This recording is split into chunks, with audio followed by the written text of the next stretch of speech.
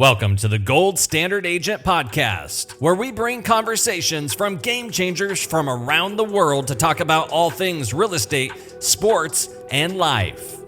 Please welcome your host, five-time Olympic medalist in speed skating, Chad Hedrick, along with Dennis King. Here we go, episode 1, season 1.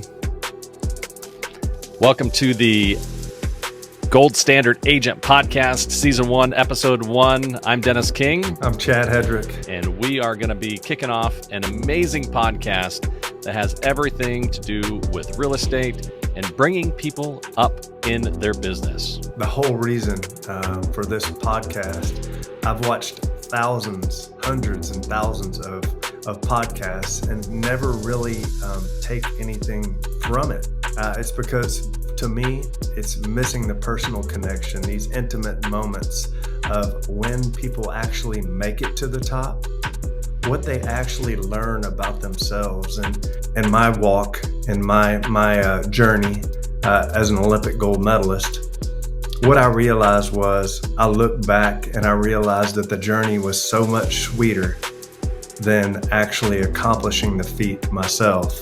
And so it's really, really interesting for me to be able to connect with people who have reached the top of the mountain in their specific category or profession, and really understand how that changed them internally, how that changed their heart, how they became fulfilled through the process, and what they thought about what they were going through years ago, which seemed to be this struggle, but turned out to be such a sweet time in their life. And I think my experience with that definitely opened up an interest in digging deep with the people that I'm fortunate enough to spend some time with. So that's what we're doing here today. I couldn't be more excited to be part of the podcast here on the Gold Standard Agent. And for those of you that don't know, Chad is an Olympic gold medalist. And right here behind me, right there, is his very last race as an Olympic athlete that I was so honored to be a part of in the stands, watching my dear friend race in his final race as an Olympic athlete. Now, Chad is a 5-time Olympic medalist and a gold Olympic medalist at that. And his work ethic is second to none. And so I couldn't be more excited to be a part of this podcast and be able to help bring so many great people onto this podcast and be able to share their story along with Chad's and have something very special for all of you in our industry. I'm so excited. We haven't even started yet, and there's so many great people that want to offer their time to us. So that's so encouraging. As you know, when you start something like this, you're like, are people actually going to want to participate, right? And I'm honored, I'm flattered, and we already have a lineup that is incredible. Not only getting to know these people intimately, but really part of it is, okay? And no matter what we do, if it's sports or real estate or whatever you're doing, if you're chasing that ultimate prize to be the best, there's so many mistakes that you make along the way. And just in real estate, I've been in real estate 8 years now, and the mistakes and the money that I've invested in things that were not fruitful to my business, I couldn't even count it, right? So for me, being able to bring people here to this podcast, and it's not just going to be real estate, it's real estate focused, but it's going to be some real game changers that are doing things their own way. And it may not work for everybody, but it's proof that if you want to be the best, you have to find that way to differentiate yourself from others and how to make it an efficient process. And I think my career has been nothing but efficient. And that's why I'm wanting to share this with everybody, is because I want people to come with humility and connection and be able to help people avoid these mistakes so they can conquer their goals. And I'm so excited about that, to be able to be uh, uh, an asset, that this show here could be an asset for people to reach their dreams and avoid the obstacles that come along the way, because another person went through it and they were willing to share their heart. I mean, how much better does it get than that? Yeah, we were both new agents at one time, and you know, we wanted to know how it should be done and how to scale our business and all of those things. So this show has everything that anyone in the real estate industry can look forward to, and give some people out there, some agents out there, the behind the scenes access to some of the game changers in and around our real estate community. So I'm super excited to be a part of that. Yeah, we're not talking about getting access to top producers only. We're Right. talking about getting access to people that are changing the world in different categories, way beyond real estate. And, when I started thinking about this, and I started thinking about the relationships that I have and the people that could really impact our audience, I was like, I'm all in. We got to do this. We have to do it. But I keep saying this: if you're the best in the world at something, if you want to be the absolute best, you have to find your lane. And you're going to be so inspired by these people that aren't following a template. And in real estate, we follow scripts, calling expired listings and this and that, doing scripts. And everybody has the same script. If you call an expired listing, it's like everybody's already heard the same lines, right? But these people that you're going to get access to, they said, enough with the scripts. My life is going to be a script, and they're going to change it. So the word game changers just really, really resonates with me. Just somebody that said, you know what, I'm not normal. I'm doing something greater. Well, we're going to see how, all of these guests have overcome their hurdles and their mistakes along the way, and listen to their journey, and really be inspired how they started at ground zero and built the empire and everything that they have today. And it's going to be quite the show and episodes that are going to be coming down the pipe, and all the guests that we have lined up ready to go. It's going to be a really, really exciting time to be able to have these exclusive people that not very many people have access to, and to have them on our show. It's going to be quite amazing. You can be an Olympic gold medalist and move into a different part of the world with a new profession and certainly doubt yourself. And when I started in real estate, a lot of the things that I'm kind of excited to hear from these people are the challenges that I faced personally. Like, what should I be doing? When should I be doing it? What do I not know that other people know, right? These are the things that you were like, you get desperate to understand what the solution is. So you're like throwing stuff at the wall to see if it sticks. And when you look back years later, it's like, oh my gosh, what was I doing? I didn't need to spend money on that. I needed to do this. Oh, I needed to invest in relationships. I didn't need to worry about lead gen. I needed this. I needed that. And when it all comes down years later, you're like, oh man, that was like $75,000 down the drain. If I just would have had somebody that gave me some direction, that showed me how to do it. And I'm so grateful that we're going to have people on that want to do exactly that. Yeah, so many great leaders and mentors to so many people out there. It's going to be an amazing, amazing podcast that we have coming up. Everyone, stay tuned. Our first episode, season 1, episode 1 is coming up next here on the Gold Standard Agent Podcast. All right.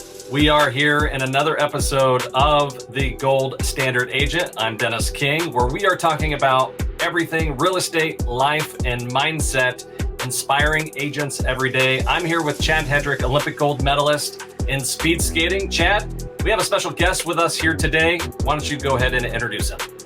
Yeah, the gold standard agent. We're very, very happy to introduce somebody who's become a mentor of mine. He's actually a former neighbor of mine when I was training in Salt Lake City, preparing for the Winter Olympics back in 2006 and 2010. Became a good friend of mine, and man, just somebody that I admire greatly. You guys are going to be absolutely blown away. This guy has built an incredible business. He's a mortgage expert. I want to introduce to you guys Josh Mettle from Salt Lake City, Utah. Hey, everybody. Awesome. Good to be here. I thought you were going to say former Navy SEAL there for a minute. I was like, no, that's the wrong guest. No, former neighbor. Okay. Yeah, Josh. So, man, thanks so much for spending some time with us today. You know, you've traveled down to Houston, been a part of a couple of my events and stuff. And obviously, everything that I do in real estate, I run through you and get your opinion. So we're just blessed to have you here today, sharing time with us. Thanks, buddy. Appreciate it. It's a pleasure to be here and great to meet you, Dennis. And hopefully we can leave the audience with some real value today. Yeah. And, you know, it's going to be hard for Josh to be humble here with what he's done. I mean, what he's put together in his short real estate career is absolutely astonishing. And Josh, tell us a little bit about this journey. You started out, and tell us your current position, what you're doing at NEO Home Loans, what's going on over there. Well, let me just start with something that I think that might be valuable. You know, the truth is there was no brilliant master plan. The truth is we were too stupid to sell anything at a profit. And so when you buy real estate and you're too stupid to sell it as a profit, then you have to rent it out. And as luck would have it, over the last 24 years, some really neat things have happened in the local real estate here in Utah. In fact, Utah was the #1 fastest appreciating residential real estate market going back over the last 30 years, appreciating, I don't have the slide in front of me, but I think it's something like 687% over since going back to 1991.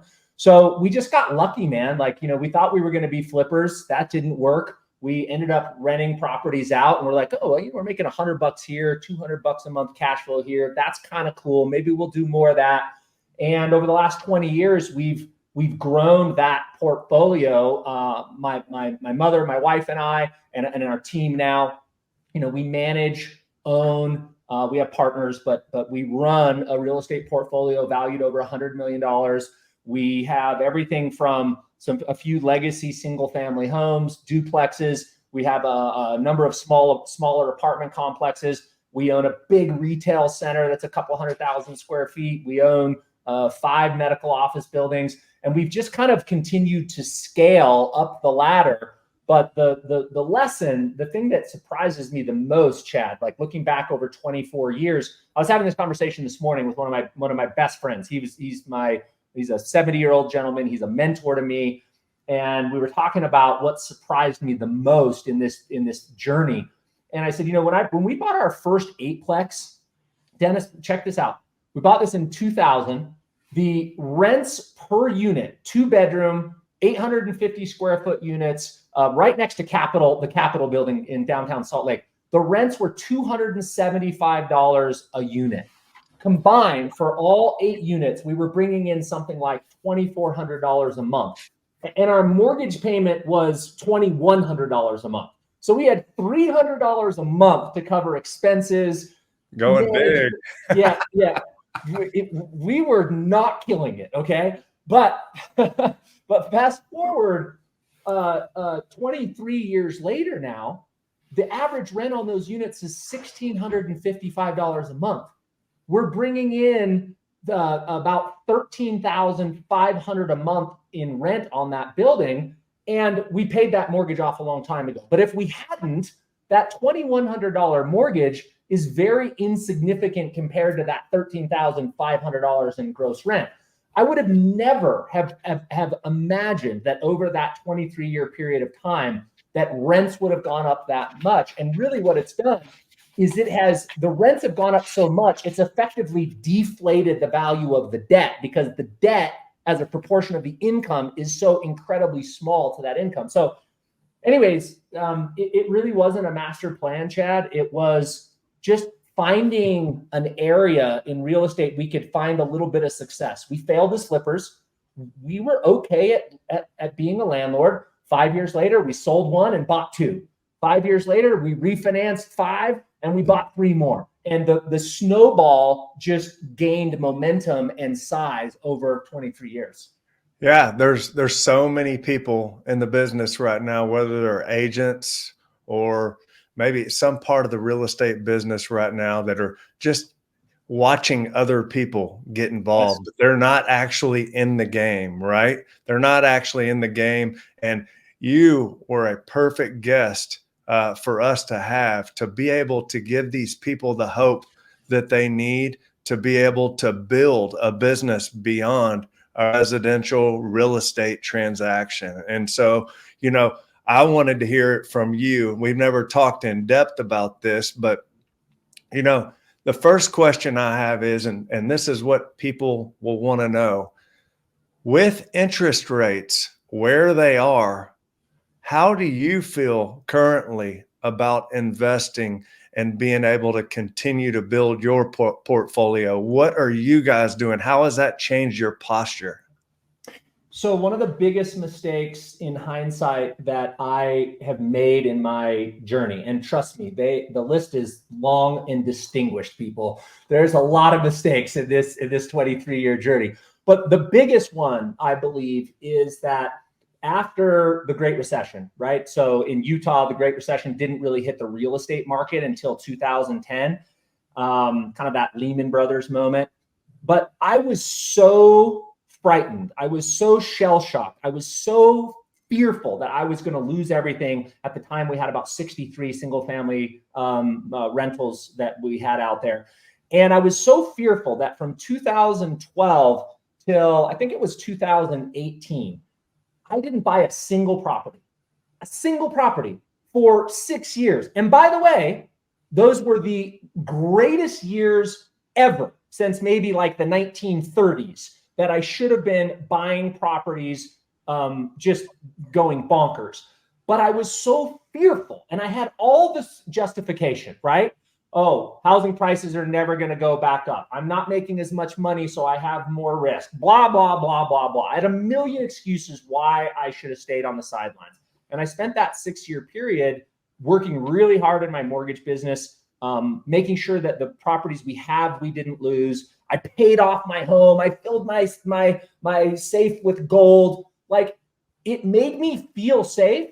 And it was the worst. Like, I probably cost my family $20 million, right? So the question I would have and the reason I share that story is because, are you making a decision because that feels safe right now to stay on the sidelines that is going to cost you a lot later? And so, you know, I never would tell somebody to go out and just get in the game to get in the game. Like, the deal has to pencil, it has to make sense. We analyzed properties for an entire year last year. Our goal was to buy another building. Our goal was to pick up another large medical building. It didn't happen. We couldn't find shit. We looked at retail, we looked at office, we looked at medical, we looked at apartment buildings, but we continued looking. And in November of last year, we found a house, a single family house. We bought one house last year, which I haven't bought a house for probably 10 years now, because we kind of moved on into like more commercial stuff. Yeah. Maybe not 10 years, maybe 6 years. But the point is, we stayed in the game. We kept running the numbers. We kept negotiating. We contracted multiple buildings. It just didn't pencil. But did I get smarter? Hell yeah. I learned. Every single one of those deals I learned. Did my reputation grow? Yes. I talked to 10 different commercial real estate brokers last year and negotiated deals. Did my relationship with my bankers, who I'm going to get loans from, did that improve? Yes. We ran numbers on multiple deals.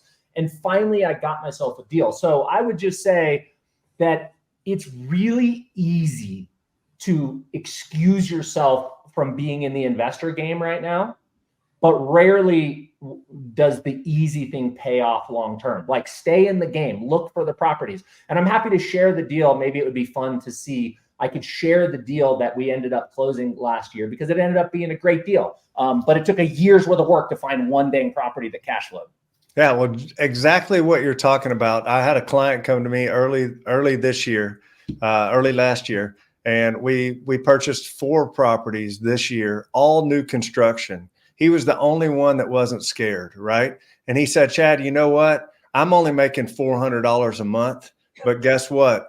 On each unit, $400 a month, but I'm fine. I'm fine because once rates go down and once prices go back up, I can cash out refi. I can continue to build wealth. And guess what? I mean, these builders have thrown the kitchen sink at him. Yes. Being able to leverage closing costs, washer, dryer, refrigerator, blinds, like everything that he could get, he took advantage of. And you know what? I said, you know what? I'm working with you right now, but in 10 years, I may be working for you.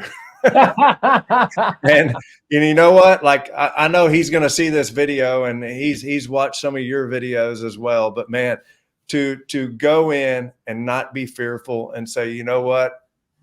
History proves that this will be a good decision for my family. So, I'm not sure he wasn't fearful. My guess is there was something in that transaction. I mean, I don't know that I've ever bought a real estate property that I wasn't fearful in some way. But as a successful investor, I think you need to have a process for identifying what you will and what you won't do. Like for me, for example, I will not buy something that's negative cash flow. I just won't do it because I've seen major shifts in the market where I had to hold on to that asset for 4 or 5 years, and I thought I was going to hold on to it for 6 months. And if I couldn't create a positive cash flow, it just didn't work for me. Now, I could potentially wrap my head around something where, if I had a lot of money going towards principal, and I was, near break even, I could maybe rationalize. But you have to have a process. And as long as it matches your criteria and your process for identifying a deal, like do the deal. You have to bifurcate fear and opportunity and say, this matches my criteria. I'm feeling nervous about this. I'm going to do it anyways because I can see how this positive cash flow is going to grow over the coming years. And like you said, you can always refinance. Yeah. I mean, if you're not nervous about it, then that means that everybody around you is getting in these deals and it's a sure thing. I mean, it's like, I was just impressed to his confidence and knowing that, hey, this is the time. And that 6 or 8 year period you were talking about, you weren't buying. I looked at this guy and I was like, man, this guy just knows it's the time to build wealth, right?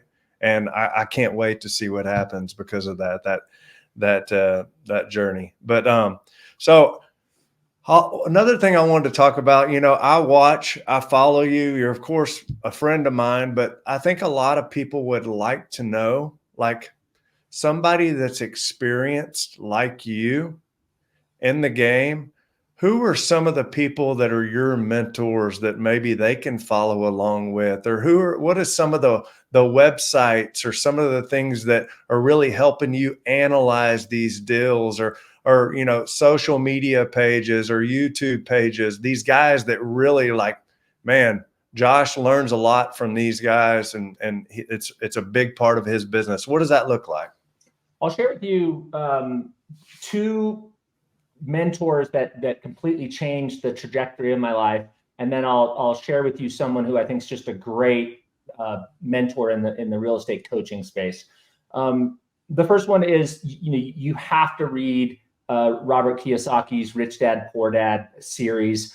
That construct of the cash flow quadrants, where he explains, look, the broke people hang out over here in this quadrant. That's the employee quadrant. The okay people hang out in this quadrant, which is the small business owner quadrant. And basically, as an employee, you have a job. As a small business owner, you own a job, right? You're still doing the work. And then on the other side of the quadrant, which is where the rich people hang out, that's the big business owner. These are people who have, massive organizations that are running the business for them, and they're just kind of doing leadership and marketing stuff probably. They're maybe the face of the organization. And on that side of the quadrant as well as the investor. And I remember as a 19-year-old kid, I was driving to my grandmother's house. She'd sent me this They were books on tape back then, Chad. You remember books on tape, right? So I was playing my books on tape. For all you, Gen Zers, we'll give you a tutorial of what a tape is later. But I remember listening to that book on tape, and I was like, holy crap, man. Like, I get it. I know how to be rich. Like, I don't know all the steps, but I understand I need to get over into this big business owner investor quadrant because it's the most tax efficient. You have the most amount of leverage, and you actually have the greatest amount of freedom when you get over there. So that for me was a total game changer. And there's a bunch of books that he's written, co-authored with his CPA, that will really, really make you aware of the fact that taxes are optional. They're optional. You're choosing to pay them by virtue of how you are investing your money. And if you choose to invest your money over in that investor quadrant that he teaches you, you don't have to pay taxes anymore, right? You can greatly diminish or eliminate taxes if you play over in that quadrant. So that's a must. That's like the foundational starting place. The next person that I really like that changed my life my investing life as it relates to how I look at real estate investments, a guy named Jason Hartman. So you can go to jasonhartman.com. He shared with me this theory called inflation-induced debt destruction, which is a mouthful, and it makes most people tune out. Like, well, no, that's over my head. It's just a really simple concept. And what it means is that inflation, which is the devaluation of the dollar, right? The Big Mac used to cost $2, now it costs $8. That's the devaluation of the dollar, actually benefits the borrower.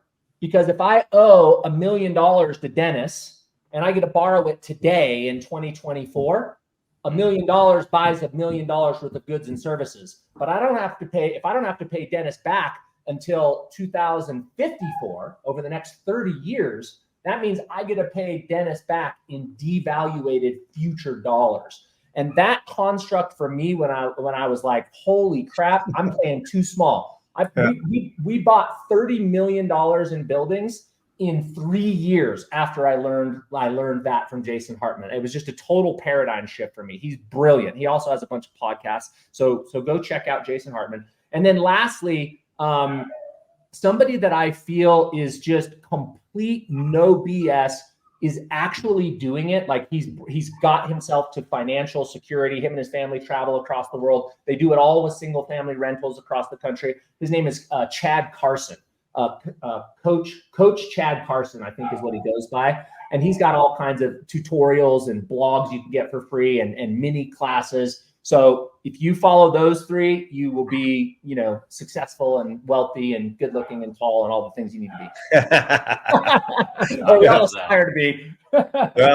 Sounds good. Well, hey, go ahead, Dennis. Go ahead.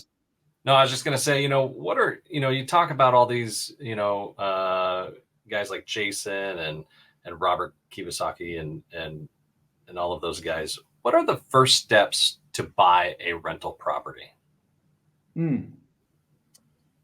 Well, I think the first steps is finding a good agent who can help you source the deal. I mean, as I think back about, what is my process today?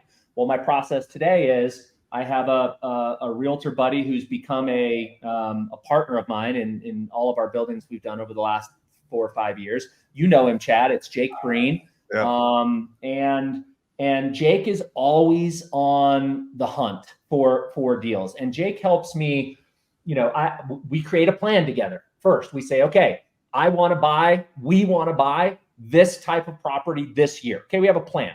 Jake is always searching the internet, LoopNet, for properties that may fit the criteria.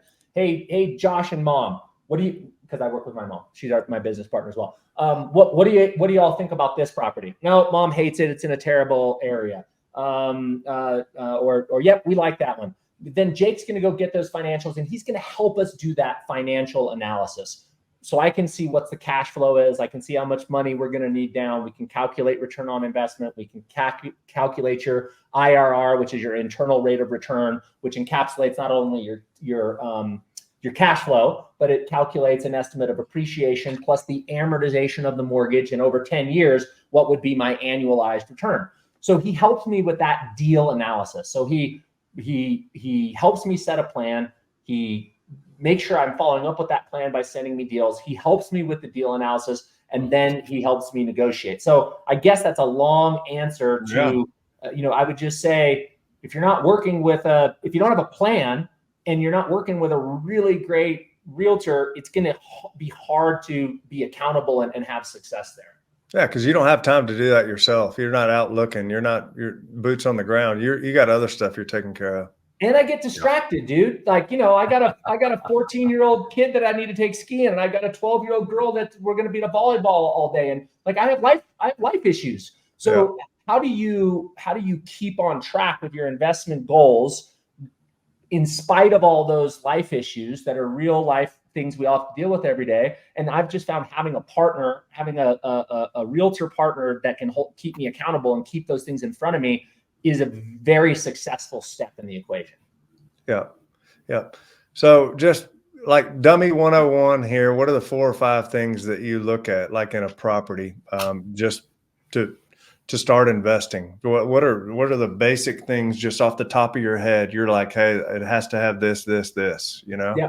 It would depend on the asset class, but let's just talk about single family homes for the time being. And this would essentially hold true for even like small apartment buildings. So just residential units. First rule, everybody's going to laugh. But we call it the Mom Hillary rule. And the Mom Hillary rule is this. Hillary's my wife. If Mom or Hillary cannot go to the property at night, we don't buy it. Right? Because eventually Mom or Hillary or one of my kids, when they get a little older, is going to need to drive into that neighborhood to do something at night. And if we don't feel safe about the neighborhood and it doesn't pass that test, pass. And that's just a really funky litmus test, but it's really served us, because what happens is when you buy properties in those war zones, oftentimes the cash flow looks good because the price is less, the rent to price ratio is better than in a nicer neighborhood, except nobody pays their rent on time. And even if you are a great landlord, the crappy landlords next to you will bring down your property values over long periods of time. So rule number 1, it has to pass the Mom Hillary rule.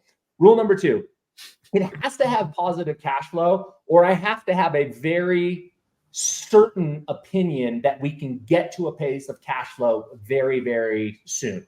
So that's rule number 2. I can't justify in my mind putting down a down payment and investing time and energy into something that pays me a 0 return on investment. I want a return on investment.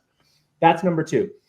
Number 3, you can get these calculators online all over the place, but I want to calculate the internal rate of return on that property. And again, I mentioned this previously. That's your cash flow plus your expected appreciation plus the amortization over the mortgage. And we look at it over a 10-year period of time.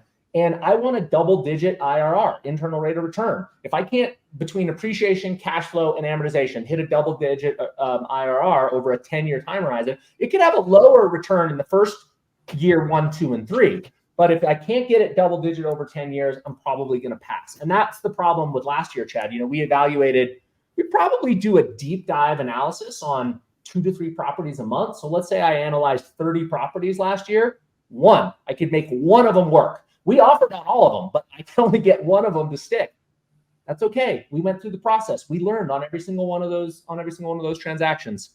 And then lastly, I would just say, you're really rolling the dice, in my opinion, if you buy properties pre-1970s, right? You've just got asbestos, you've got single pane windows. You get back in the 50s and 30s, you're talking about, the piping and the walls and the lap and plaster. You think, I'll just go in there and we'll just patch this up and paint it. And then you're like, okay, we got to take it back to the studs and do sheetrock everywhere. Now we got into this rat's nest. So I would be cautious as a new investor not to buy things that are, pre-70s. Yeah. I live here in suburban Houston. So the school district is really, really important for for our investments here. And then so I use some of the things that I've had bad experiences with, like power lines in a backyard. That's kind of like the mom Hillary rule for me, right? Yeah. I'm just like, hey, I am not going to have a power line in the backyard. I'm out. And I do like a cul-de-sac, right, where the kids can play. So things like that are really attractors to families who may want to be there long term or rent it, right? Yeah, that just speaks to supply and demand, right? There's only so much supply of those homes in that school district.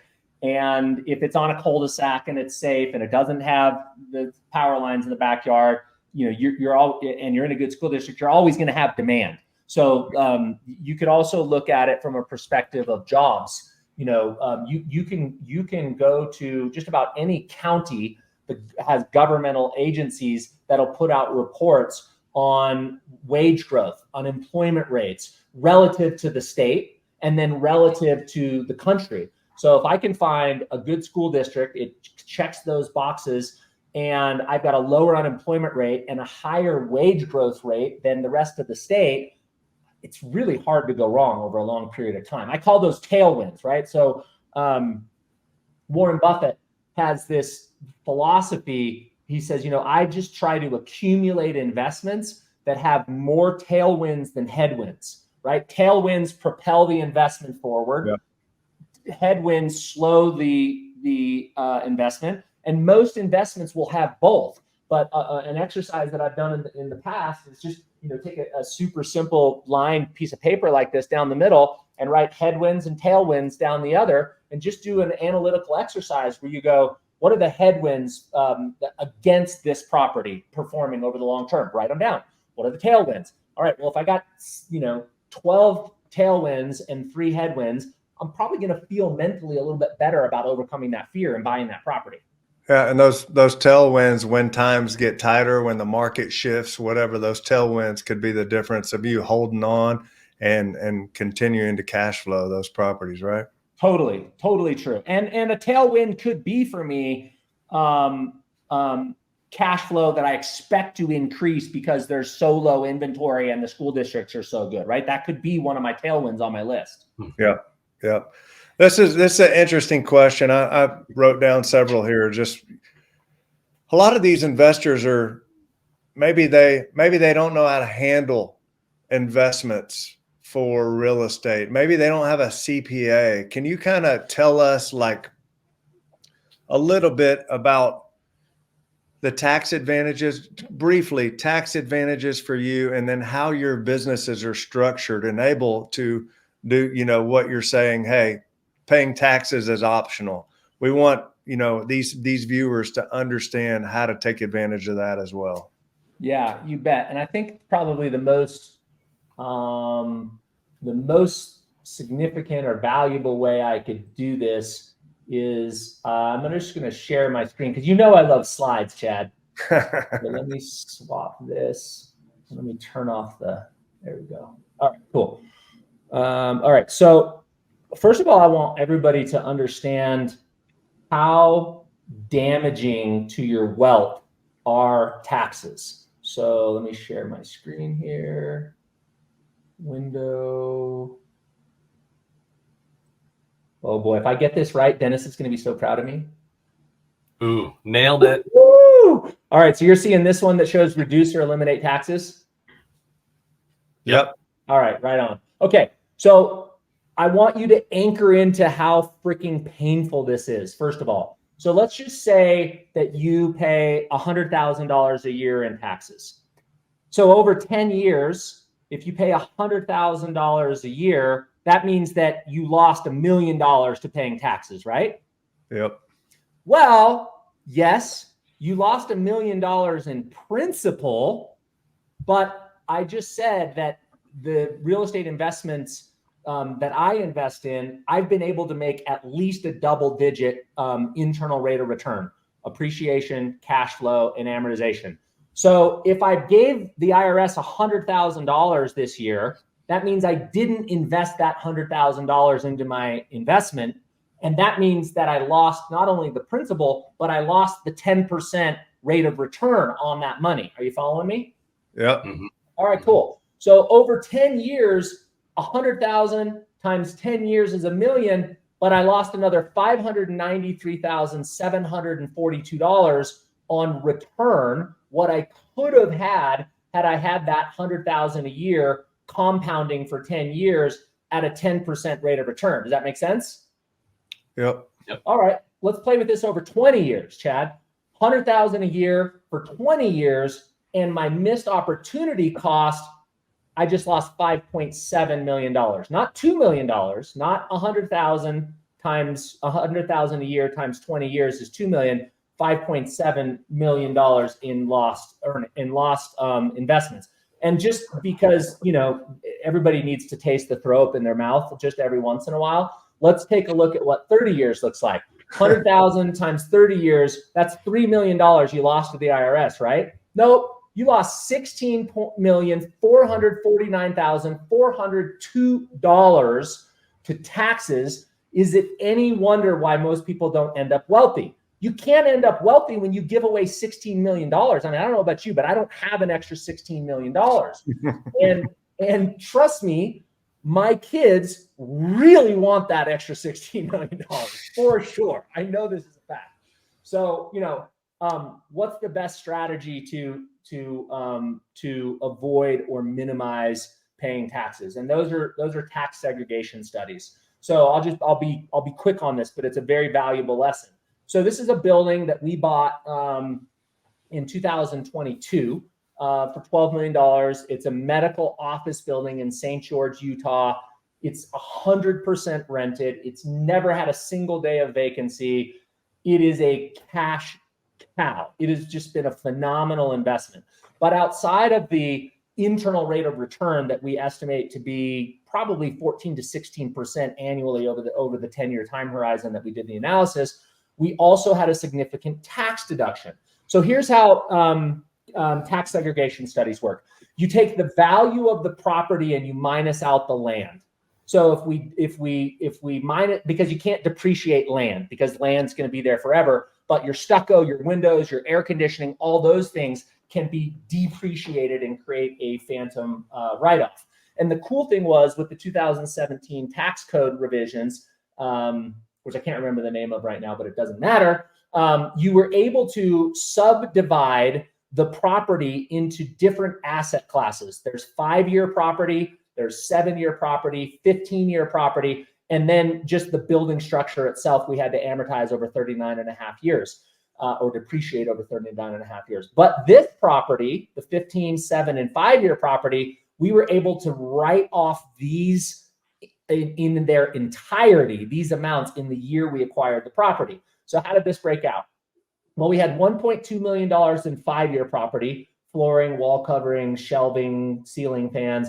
We had $416,000 in 7-year property, counters and cabinets, telephones, electrical break rooms. We had $1,455,000 in 15-year property, exterior lighting, landscaping, land improvements.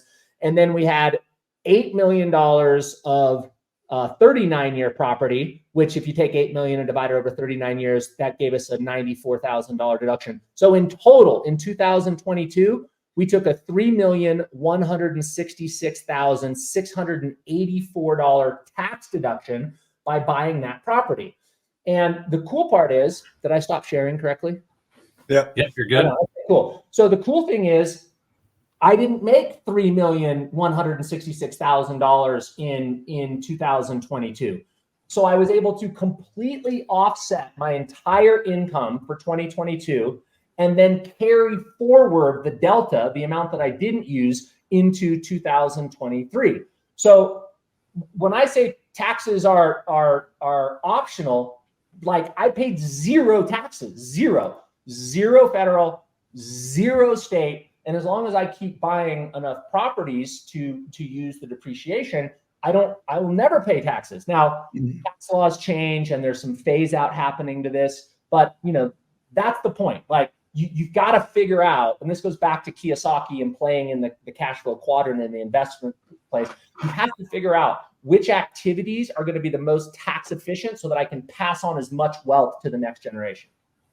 And so, Josh, when you start doing this, I mean, these people are listening right now and trying to understand how to structure this. I mean, is this something that a standard CPA will off the street will be able to know, or are we talking about somebody who specializes in massive portfolios, leveraging investments one after another? What kind of advice do you give them on that?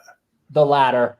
Most CPAs will say, "Oh, that's risky," or here's the reasons why you can't do it. You want to work with somebody who says, here's what you need to do in order for this to work for you. Here's how you have to organize your affairs to fit within the IRS guidelines and do this legally. Yeah. So I did a really cool podcast with a lady who is brilliant. And I'll pull this up right now. I'll drop it in the chat for you. She is an expert in this stuff. She's an investor herself. She is absolutely, her name is Barbara Schrahans. And so I recommend you listen to this podcast. She will knock your socks off. And then just Google her and reach out to her. She has firms all across I'll just drop this in the comments.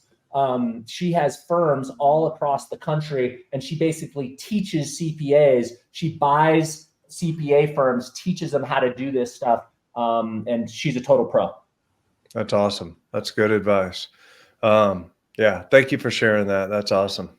Hey, that all of that is fantastic, and I love that. But it's things that are running through my mind, and I'm sure some of these other listeners that are listening right now is you have a portfolio of around $100 million, and you've had to have made some mistakes along the way. What are some of those biggest mistakes you have ever made, and what did you learn from it? Yeah, so I'll go back to, the biggest mistake I think I've ever made in my career is that I took 6 years off because I was afraid. And I just stopped thinking, Dennis. I just, I wasn't analyzing deals. I wasn't looking for properties. I think in every environment there is opportunity. And our job as investors is to say, despite all of that, all of the things that make this a bad environment, where is the opportunity? There's always opportunity, bro. You just have to put your mind to where those opportunities are. And I shut my mind off for 6 years. So that was my biggest mistake. The other big mistake was I was thinking too conservatively. I was thinking through, I just want to grow this big enough to where I have enough cash flow that I can escape the rat race, as Robert Kiyosaki says, which is when your free flowing cash flow after expenses exceeds your outgoing nut every month. And when I understood what's happening with the devaluation of the dollar, when I understood this philosophy that Jason Hartman teaches on the inflation-induced debt strategy, I realized that this is a potential once-in-a-lifetime opportunity. Inflation is the investor's friend. Inflation, if you have fixed rate debt on your projects and you have positive cash flow, because inflation erodes the value of the debt. So if you're a lender, inflation is your enemy, and you have to charge higher interest rates during times of inflation. That's why we've seen mortgage rates go up. So inflation is the enemy of the lender, because when you pay me back, Dennis, I'm going to be able to buy less goods and service with those dollars. But inflation is the friend of the borrower. If I'm borrowing money from you today, but I don't have to pay you back until 2054 or over that 30-year time horizon, I get to pay you back with devalued dollars. If I would have understood that philosophy in 2000, I'd be on this show right now saying I have $1 billion worth of properties, but I didn't know it. I didn't understand it. So number one, I gave myself a parent's note to sit on the sidelines for 6 years, and that was a terrible parent's note. I had all the reasons why I justified that was okay, by the way. And then number two, I was just playing too small and not really realizing that the amount of cash flow that I think it's going to take me to escape the rat race is not enough cash flow, because inflation is going to eat away at that amount, and I needed to play a bigger game. Yeah. And dude, we've screwed up a lot of properties too. I could give you anecdotal on, properties that we bought that then went underwater and we had to wait it out. But those are the big mistakes that I can think of. Yeah. Man, when I look at you, Josh, like when I explain like who you are and how knowledgeable you are, like it didn't just come for free. You have become a student of the game. Like we can say, hey, I'm gonna read 12 books this year. We're gonna make a New Year's goal. We're gonna do this. No, this has become your life, analyzing and equipping yourself to be able to do this. And I think if anybody's going to do investment on any scale, they have to be able to wake up and invest in themselves and be able to understand these things you're talking about, right? Well, I think I think that speaks to finding your investing why. So I think I've shared this with you before, Chad, but I had the great fortune of being raised by a single mother in and out of the welfare system, buying groceries with food stamps, moving out of an apartment into a hotel that we were paying on a nightly or weekly rental rate. Watching my mom at one point sell her wedding ring at a pawn shop so that she could take me to a movie and buy me a hamburger.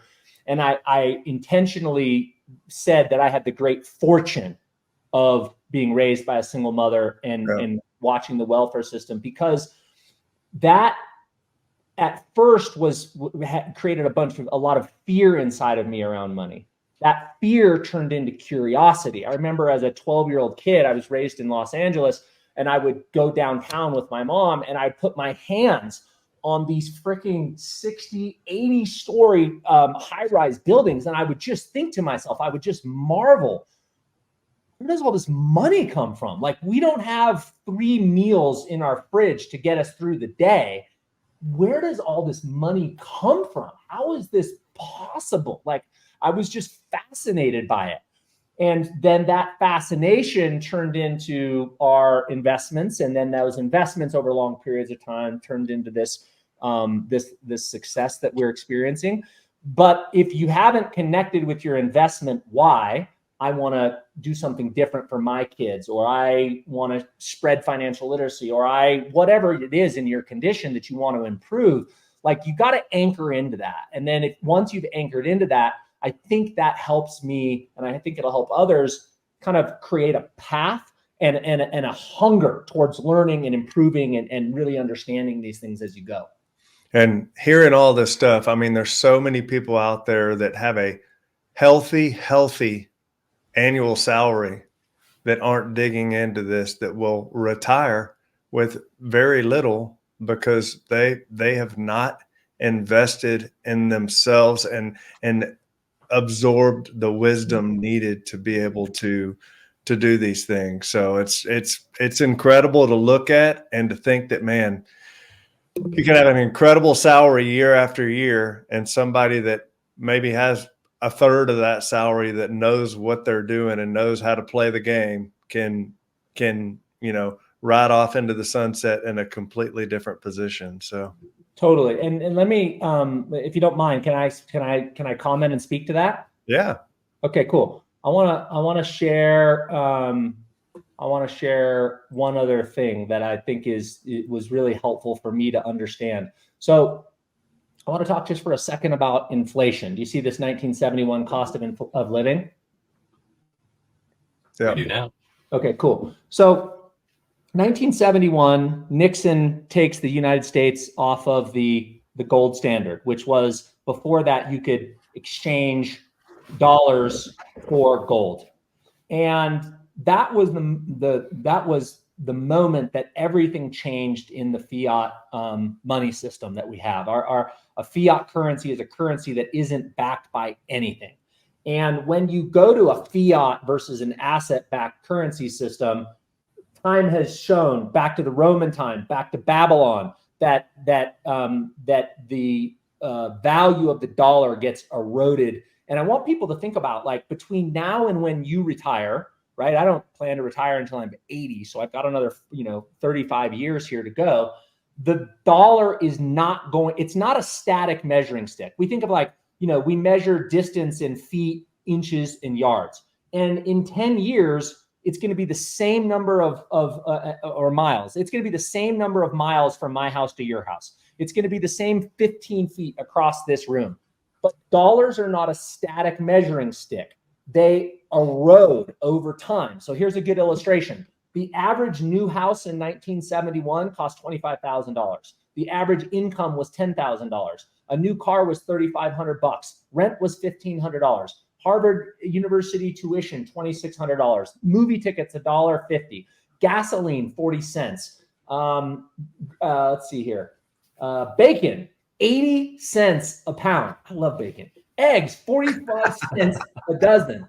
So when we think about, to your point, Chad, when we think about what we're going to live on in retirement, we're thinking about a dollar number, right? Our financial advisor is saying, you're going to have $10,000 a month. And you're going, cool. Well, by today's measuring standards of the dollar, I could, once my house is paid off, and, I could live on $10,000 a month.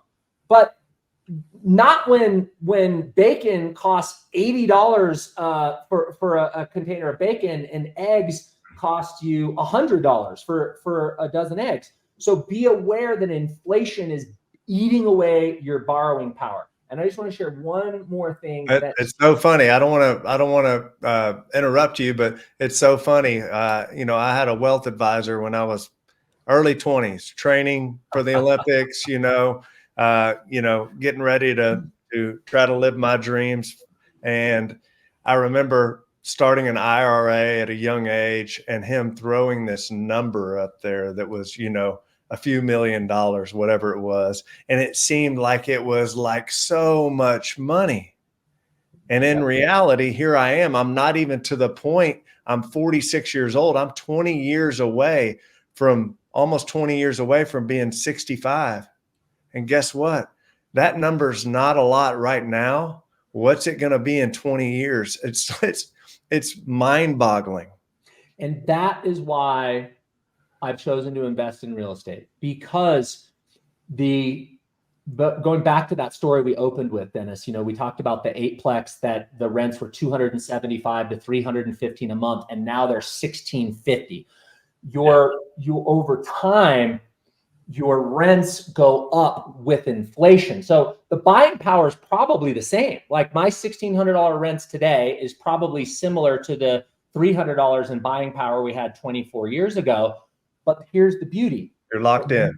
You're locked in. The mortgage payment stayed the same. So the delta between the $1,900 a month mortgage payment and what was a $2,400 in income, and now is $13,500 income, that grows. That's your protection against inflation. And I'll just share this last slide. Well, who knows? I'm kind of a slide guy. So this is the U.S. national debt clock. We owe $34 trillion in debt at the U.S. government. And if you look at the federal debt to GDP ratio, so this is how much the federal government owes relative to the total amount of production of goods and service in the entire United States. And this gives you context. In the 60s, we ran a 53% debt to GDP ratio. In the 80s, we ran 34%. In 2000s, we went up to 60%. Now we're at 122% debt to GDP ratio. And I share that with you because the only possible freaking way out of that debt, that $34 trillion in debt, that 122% debt to GDP ratio, is inflation. The government has to sell more treasury bonds to raise enough money to offset the deficits that they're running. That's why our national debt's now over 34 trillion. And that causes inflation, because you can think of like GDP as a pie, like it's a giant pizza. Okay. It's the total amount of value. And essentially what they're doing by borrowing more and more money is they're just cutting that pie into smaller and smaller pieces, devaluing the dollar. And this debt is a runaway freight train. There is nothing that can control this thing. So that tells me for sure we're going to see more future bouts of inflation, which means my buying power is going to be less, which means the rents that on my properties are going to go up, and and over time that inflation will devalue the debt that I get to pay back at tomorrow's future devaluated dollar amount. So buy real estate, figure it out, find where the opportunity is, go get some cash flow, and quit being a chicken. Let me tell you this. This is the one crazy thing, like a profound statement that Josh, I'll never forget it.